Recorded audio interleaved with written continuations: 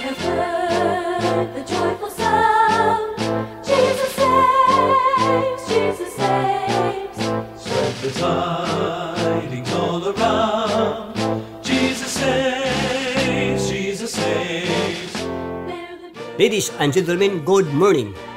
This program is brought to you by Christ our God, the only Savior radio broadcast with your radio evangelist, Ray Salomon Jr., DYHP, Cebu City, Philippines.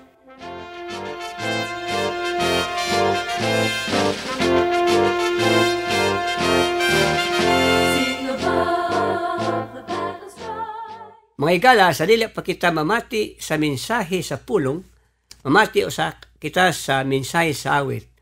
Ang magakanta karon mao si Luke Jeremiah Salomon Ilaco. Ako kining apo, anak sa akong eldest daughter. Og ang iyang title sa iyang kanta nagauluhan, The Love of God.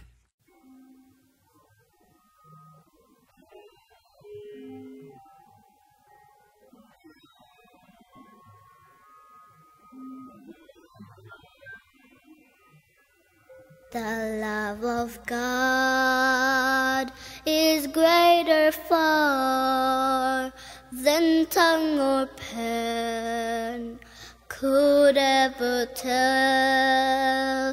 It goes beyond the highest star and reaches to the lowest hell. The guilty pair bow down with care. God sent His Son to win His erring child. He reconciled and pardoned from his sin. Oh, love of God, how rich and pure, how measureless and strong. It shall forevermore endure the saints and angels' song.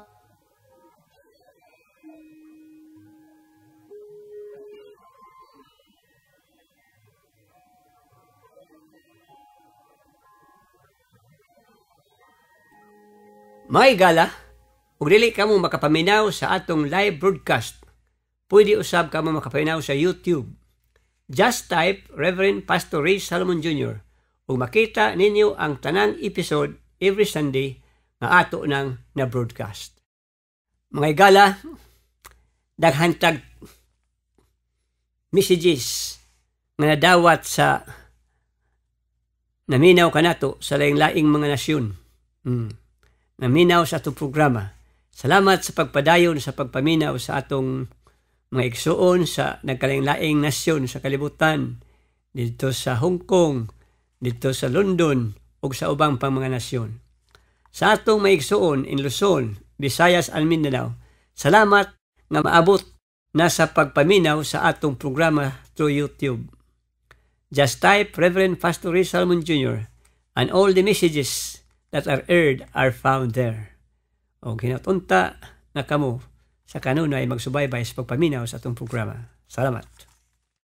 O ning kabuntagon, balik ta sa atong topiko. The 7 deadly sins of the world that give much troubles and sufferings to mankind. Maigsuon ni pito na pud ka dagkong sala sa kalibutan. Niadtong unang Domingo, the 7 deadly sins of man.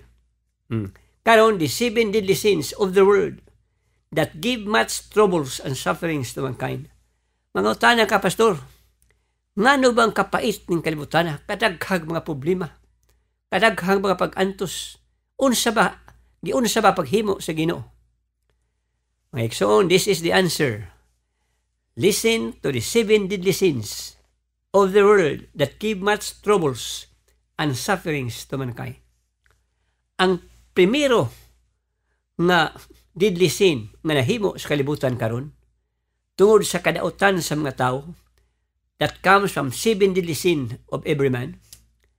Ang primero nga deadly sin sa kalibutan kining gingalag wealth without work. Unsa man ning gingalag wealth without work? Kining wealth without work, God's law for man to survive is to work. 2 Thessalonians 3:10, that if anyone would not work, neither should he eat. Ang Ginoo balaod nagaingon, aron ikaw tao mabuhi, magtrabaho ka. Unya sa 2 Thessalonians 3:10, ang di mo trabaho na ayaw kaon. Unya sa Proverbs 28:19, he that tilleth his land shall have plenty of bread, but he that followeth after vain persons shall have poverty enough. Kadtong tao mananom, kadtong tao nga magbaul, daghag kanon. Apan kanang tao nga magsigi-sige lag kuyog-kuyog niya ng mga katawhan, moabot ang dakong kapobre. Unya, Psalms 128 verse 2, for thou shalt eat the labor of thine hands, happy shalt thou be, and it shall be well with thee. Mga igsuon, kung ikaw mo trabaho o mugamit sa imong kaugalingong kamot, malipayon ikaw nga magkaon sa imong hinaguan. Ang taong malipayon, dili kadtong tao nga nagpinangayo, dili kadtong tao nga sige hatag, ang taong malipayon mo kadto nga naggamit sa iyang kamot sa pagtrabaho, unya ang produkto sa iyang kamot, iyang kaunon, labian katamis. Wealth without work. Many people think that laziness is not a sin at all because one has done nothing.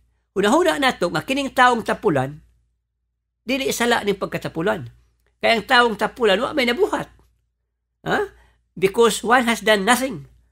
There are 2 kinds of sins. Commission and omission. Unsa man ning commission? Nakasala ang tao kay nagbuhat. Miingon ang Ginoo ayaw pagbuhat, iyang gibuhat, sala na. Napoy omission. Miingon ang Ginoo buhata, apan wa pud niya buhata. Mo kanay sin of omission.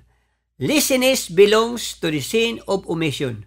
One sins of not doing what God has told to him. Mo kanay sin of omission. Mga igsoon, laziness is not only a sin, but one of the 7 deadly sins. Deadly sin because these sins produces many other sins. Deadly sin kining pagkatapulan, mga igsoon ko, kay kining pagkatapulan nanganak kini og daghang mga sala. Uy, unsa may anak pastor sa tanang sa mga tapulan, unsa may sala nga moabot tungod sa pagkatapulan niya. Laziness, from laziness comes stealing, snatching, swindling, robbery, kidnapping, corruption, gambling, murder. Nya, gamay na nga sala. Gani? Gamay na nga sala. Di man nagikan. Tungod kay ang tao, tapulan. So, tungod kay ang tao, tapulan. Mga igsoon ko. Mo kana mga igsoon ko nga, sin, laziness is a deadly sin. Kay ang iyang resulta, deadly sins. Unsa to resulta sa taong sa laziness? Kay ang tao di mo trabaho? Unsa man? From laziness comes stealing, pangawat, snatching, swindling, kini pangilad, robbery, kini panulis, kidnapping, corruption, kini kinawatay, sunod, huygo, o sugal, sunod, murder. That's why laziness, being a deadly sin, a lazy person is a great sinner. Gani? Ano? Tungod kay ang laziness being a deadly sin, unsa man hitabo? A lazy person is a great sinner. Huna-huna nato ang taong tapulan di makasasala. Labaw pa na sa murder, labaw pa na sa kidnapping. Kay ang taong tapulan na adiha katungha ang kidnapping, corruption, gambling o ubang pang mga butang. Okay? Why? Ngano man ang tapulan i-great sinner? Why? He substitute work with sinful means. Kay iyang gisubstitutan, iyang gipulihan ang trabaho sa mga sinful means. Mga buhat nga makasasala nga buhat. Muna nga, hindi man siya magtrabaho, o siya may substitute. Sayon man pangawat. Makapangawat ka, o ay sigot. Maka-snatch ka diya sa kulon, o ay sigot. Unya, makapalit kag bugas diretso, makapalit kag sudan, unya matog ka, mao ka na maigsoon ko tungod kay ang taong tapulan. Corruption. Sa man corruption, nga naman ang mga tao usahay magkikamatay mas politika. Dili tungod kay mo service politika, kundi pangabuhi. Kaya nga naman, sa corruption, arang sayo na, di ka mo trabaho gani. Di ka mo trabaho. Unya, musisyon ka lang, pagkahuman, kwarta na dako. Mga igsoon, ang usa ka dakong sala sa kalibutan, wealth without work. Nga gusto sila nga madato apan di mo trabaho. And God condemns that.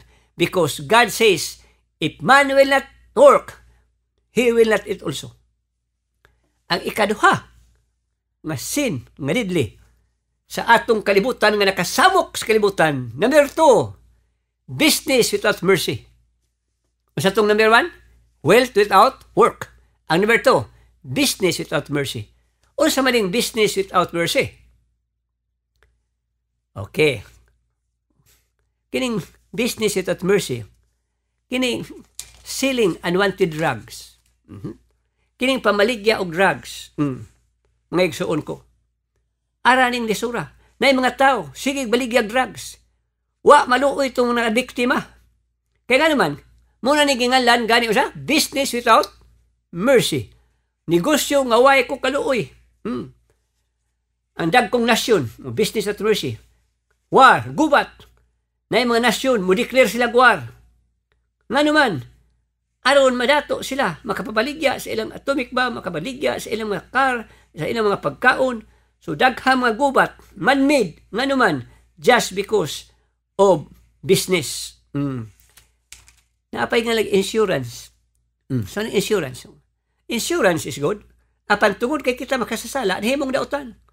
Dahil usa ka bata, gi-insured ang iyang tiguang sa Amerika, gi-insured niya ang iyang tiguang nga nanay. Pila to? 1 million insurance. Unya usa ka panahon kay gusto naman siya kwarta, wa pa manggid mamatay ang nanay, iyang ipasakay eroplano. Unya gibot sa time bomb. Pag abot dito, 20 minutes, buto, crash ang eroplano. Ang nakabuang po ng tawhana, kaya pagani ikalubog ang nanay, nag-cover na sa insurance. O dito siya hibawan, nakatong bomba, na ihatag siyang inahan nga putos, nga muratog regalo, apan it was a time bomb. Mo ka ng business without mercy. Bahala na, inahan mamatay, basta makakwarta ko. Bahala na, 15 masasagaan, basta kay ako makakwarta. This is what we call business without mercy. Mo kini ang dakong sakit karon sa kalibutan na nakasamok o nakahatag og daghang mga kagulanan. Kining agency abroad. Agency for work abroad. As tilang daghanan na biktima. Puyra sa maayo, ha? O, unsa man, na-agency. Mungadto yung taon kini mga pobre na maligya silang kabaw, na maligya silang yuta, aron maka-abroad. Pag abot hatag na sa kwarta, pagkasunod simana dito, wa na ikita, wa na tao dito sa opisina. Pastilang na biktima. Ako, daghang kong mga membro sa Tibok Pilipinas, na biktima ka ng piki. Nga naman, gitagag passport nga piki, gitagaan o appointment nga piki, pastilang grabiha. Unsa man kini, business without mercy. Napay business without mercy, recruiting helpers to Manila. Recruiting helpers to Manila. Na mga tao nga mangita silang mga batanon, mga daga, unya dadon sa Manila. Pag abot sa Manila dito, ingadto na po sa usa ka agency, unya nagkuha ng kwarta. Ang agency mungadto na po, kuha po kwarta, na itulong usay ka tuig, di makalingkawas ang iyang helper. Grabe na. Tinuod na, gani? Grabe. Mo kinigilag business without mercy. Recruiting helpers for Manila. Pag abot dito, mukuha ang nagdala, hasta tulong katuig, prenda in town ang gidala sa Manila. This is what we call business without mercy. Oh, napa, operating patients, even if it is not necessary. Na mga hospital, puras mayo. Na pasyente, Bisag dili ang operahan